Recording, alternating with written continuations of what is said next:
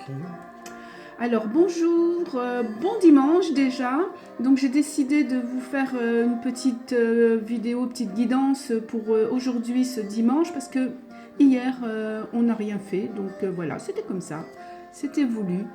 Donc on va commencer notre guidance tranquillement, c'est dimanche. Et on commence avec les énergies des anges et des cristaux pour voir qui nous accompagne aujourd'hui. Alors, elle est tombée et nous avons...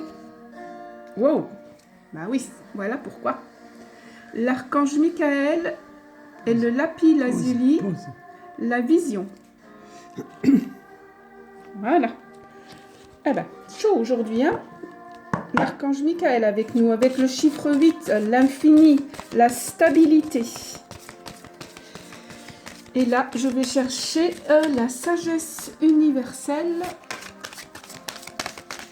Hop, elle veut venir, on va la laisser tomber. Voilà. Oh. Avec le lotus rose. Je ne sais pas pourquoi, j'ai le mot Marie qui me vient. Sa mère. Ah, bah ça y est, j'ai compris. Explique pourquoi sa mère par rapport à moi. Alors, non, c'est par rapport à moi. Voilà. Aujourd'hui, c'est l'anniversaire du décès de mon fils. Ah. Et je comprends pourquoi je ressens la mère et le fils, en fait. Voilà. Donc, pour vous, je vais demander de l'aide parce que maintenant, je suis influencée par ce que l'on m'a dit aujourd'hui. Et là, le chamanisme, médecine, chamanisme. On a le chaman, la réalisation.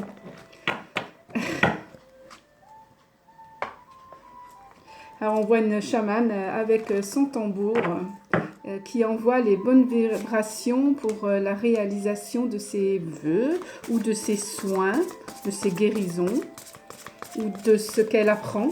Et hop, la 13e lune, elle nous donne la muse, le 7, beau chiffre le 7, hein, voulu par Dieu.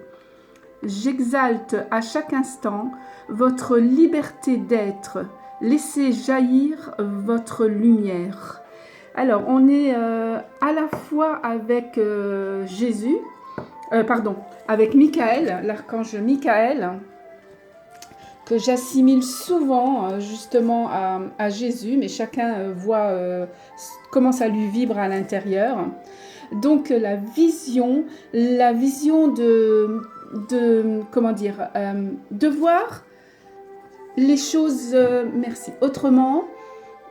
Alors on me dit, au lieu de voir tout comme le lotus et commence la graine dans la boue, voir la lumière du soleil pour monter et donner le meilleur de cette graine. On me dit, voilà, c'est ce que vous devez faire. De cette petite graine, ne vous jugez pas, même si vous avez quelquefois fait des choses que vous pensez pas bien. Regardez, je parle beaucoup de Jésus, je ne sais pas pourquoi, parce que c'est l'ange Michael, mais c'est Jésus qui me parle, en me disant que finalement, il a donné sa vie, il s'est donné en sacrifice pour nous.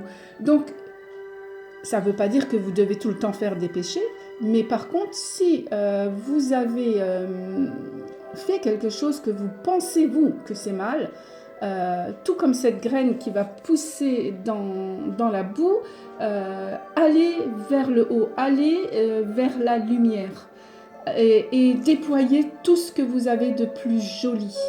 Et restez cette magnifique fleur. Là, on me parle aussi que le lotus peut monter de tous vos chakras, hein, du chakra racine jusqu'en haut, jusqu'à votre chakra coronal, et donner ces 1000 pétales. On me dit que avec la chamane, la réalisation, vous pouvez voir ces chakras et ces lotus qui vont monter jusqu'au chakra coronal et devenir l'arc-en-ciel qu'il doit avoir dans votre...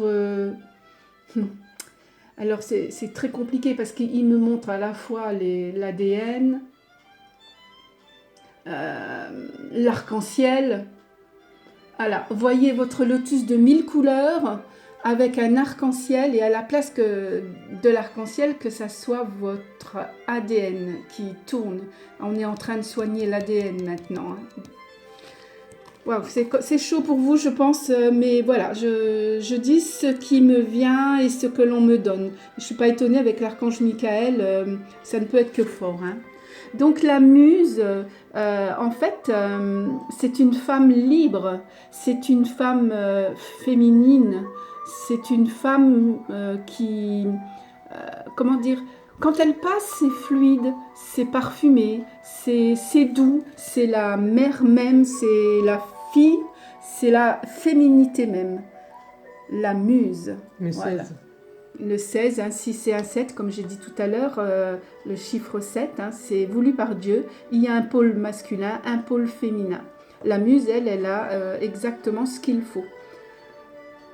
Elle est bonne avec elle-même déjà, le féminin, les femmes. Elle travaille avec la lune et elle s'occupe des plantes et des animaux. C'est vraiment très profond cette carte-là. Hein. D'ailleurs, je me demande si je ne vais pas lire un petit peu ce que le petit livre dit. Hop. Alors, la muse, c'est la muse, le 16.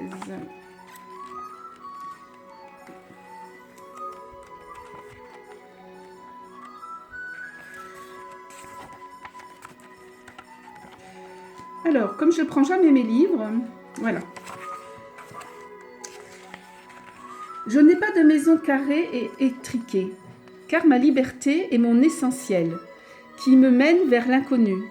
Selon les aventures qui se présentent sur mon chemin, je fais appel aux énergies de la nature, mais aussi à mes amis imaginaires, fantastiques, oniriques ou encore mythologiques, comme vous aimez tant. Vous voyez ce que je disais tout à l'heure, hein? Elle est libre, elle fait appel à qui elle a envie.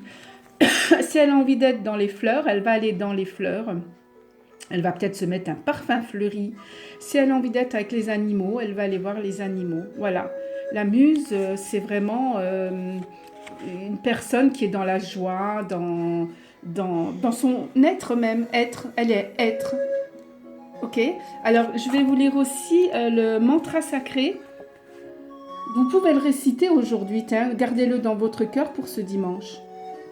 Je m'éveille à la joie. Je retrouve mon innocence. J'accueille chaque instant avec la magie et la créativité de mon enfant intérieur. Voilà. Pour les oracles, je vais terminer sur ce joli mandra. Et on va prendre... Hop, c'est celui-là qui veut venir du bout des doigts. Pose. Oui, je vais poser. C'est l'impératrice. Eh oui, voilà. La muse, l'impératrice, c'est une femme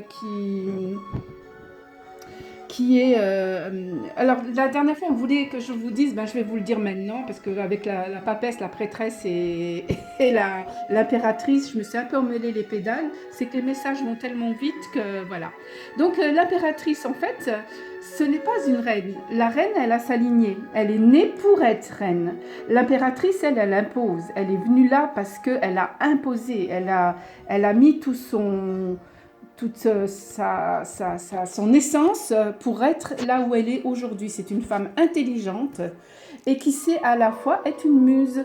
Là, je comprends bien qu'on ait cette impératrice qui est sortie dans ce tirage du dimanche. Donc, telle une impératrice, soyez vous, hein, tout en étant fluide, douce, être cette femme féminine et forte. Voilà, tout comme la chamane. Hein. La chamane est douce, mais elle impose quand elle a quelque chose à faire, que ça soit un soin ou demander quelque chose à ses guides pour guérir une personne, elle va la demander. Voilà. Je vous souhaite un bon dimanche et je vous dis peut-être à demain.